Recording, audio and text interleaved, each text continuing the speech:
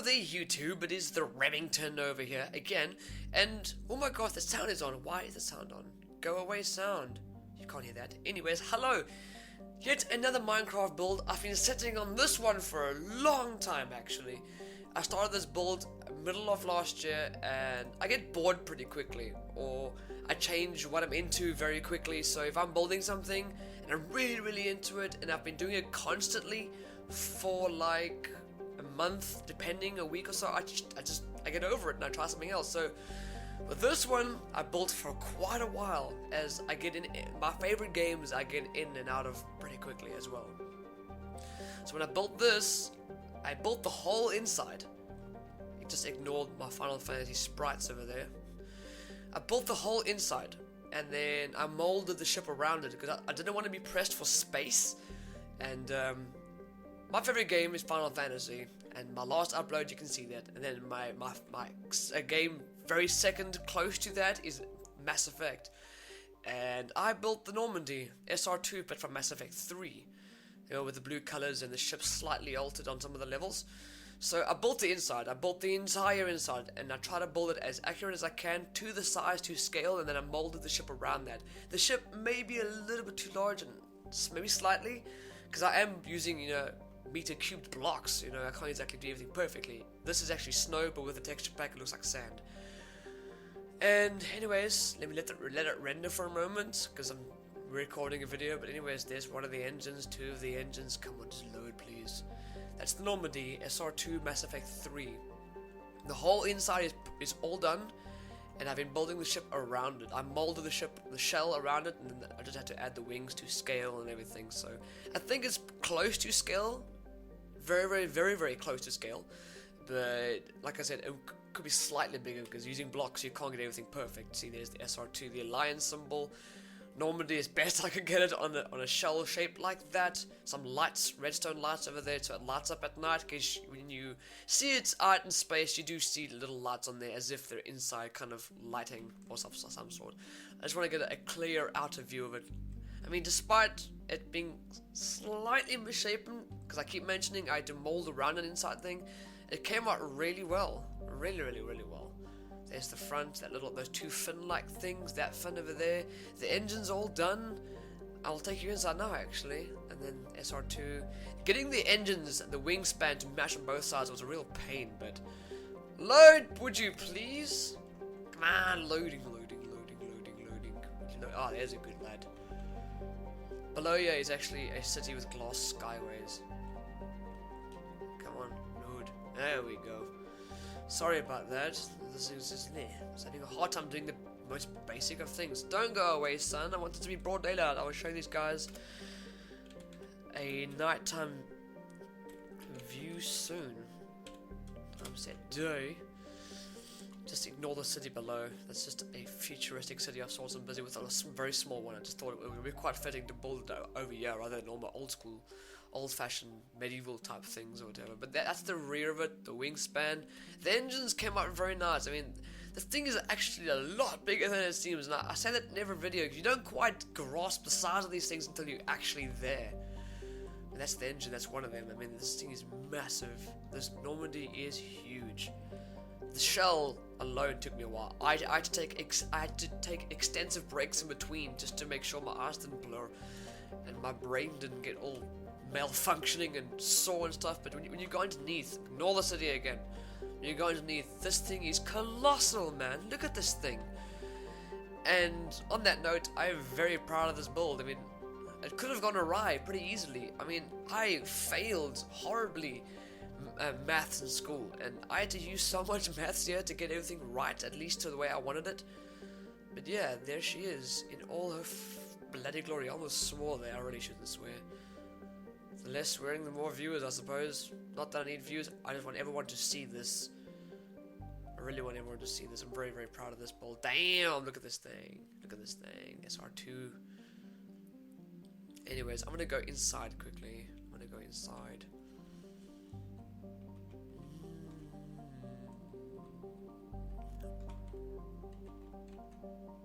You know, when you enter the ship, Mass Effect 1, you kind of come into this kind of area, and then you kind of wait for it to happen, and then you just go on through. He's gone through there, you know. Damn. And inside we go. Hello, Normandy. Hello. The Joker's cock. But the orange bars are actually regular bars. Just in the texture pack, it looks like it. I just thought it looked more like holograms, so I shoved them in there. That's Edie, I suppose. Torch of some sort.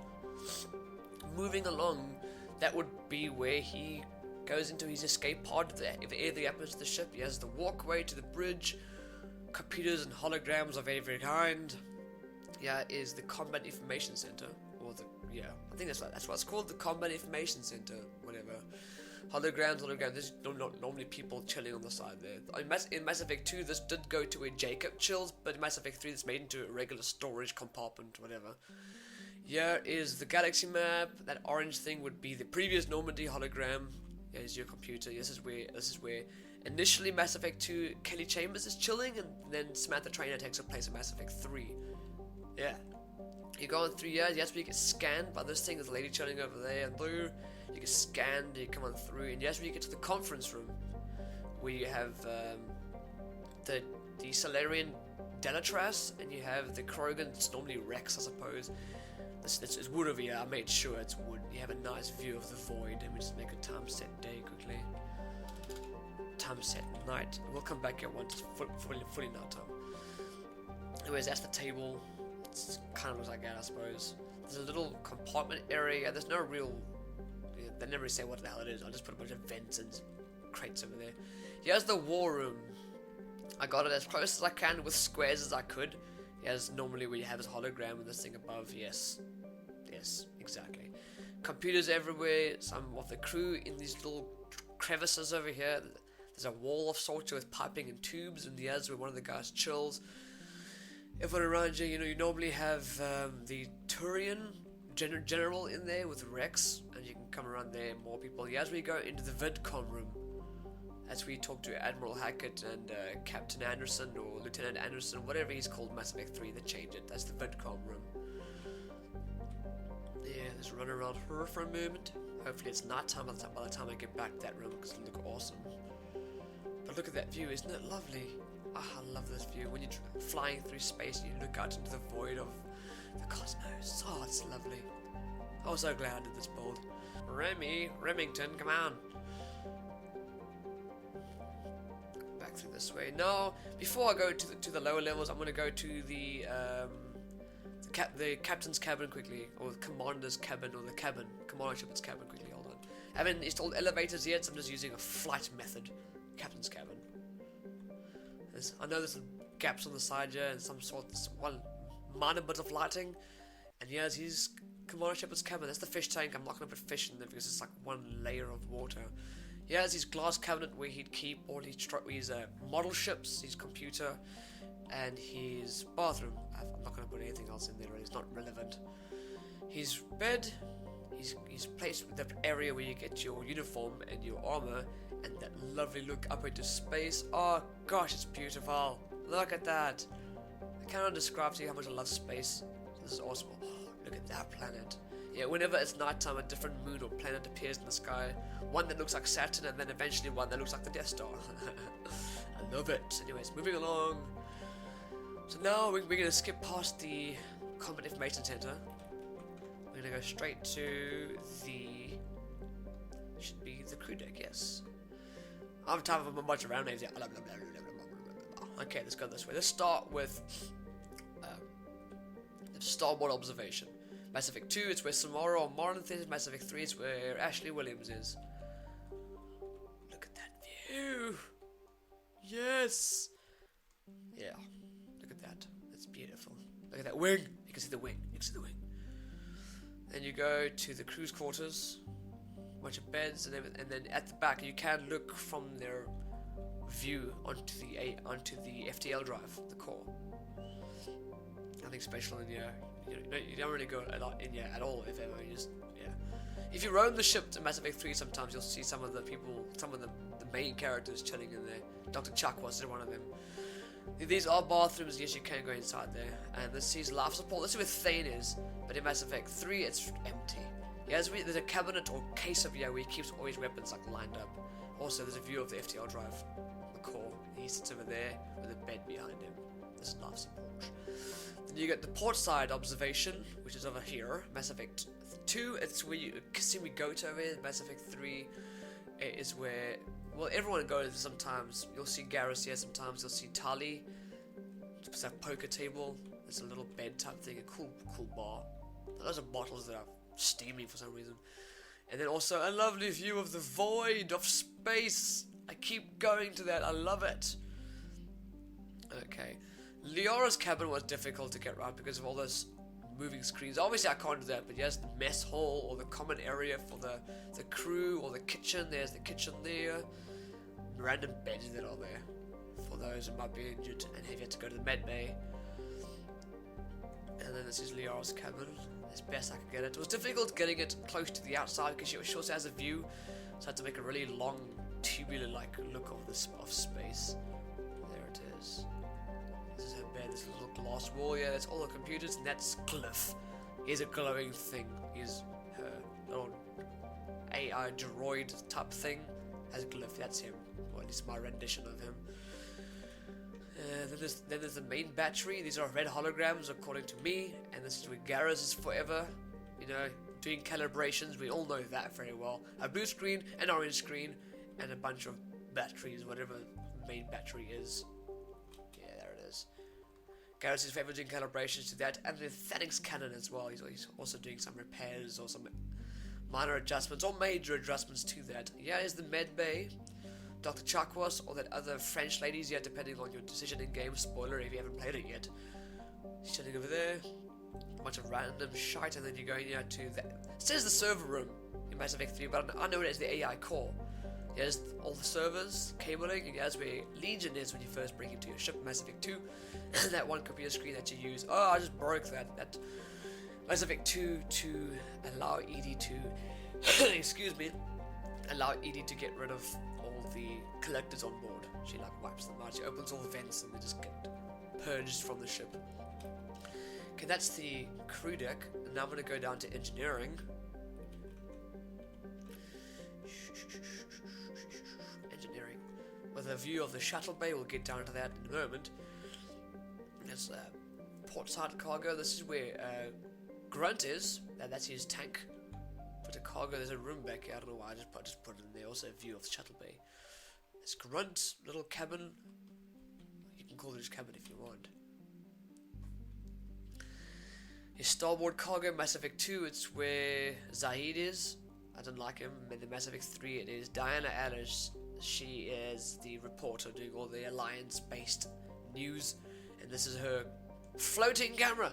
And this is where she does all the interviews, and there's a little storage area back there. She's in storage, she's not worth much. Then you go into engineering.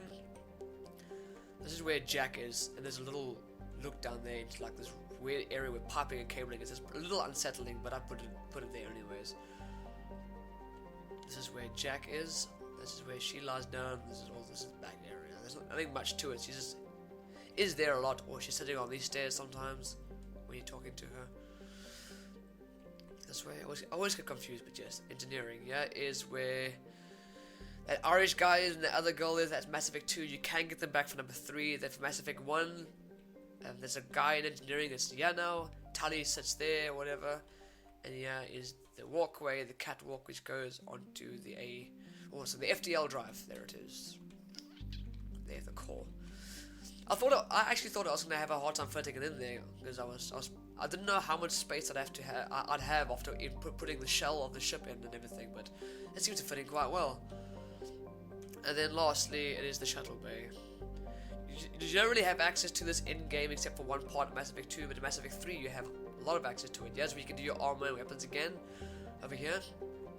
And then there's a bunch of like coolers or some kind of systems like this over here, and vents, and there's cargo everywhere.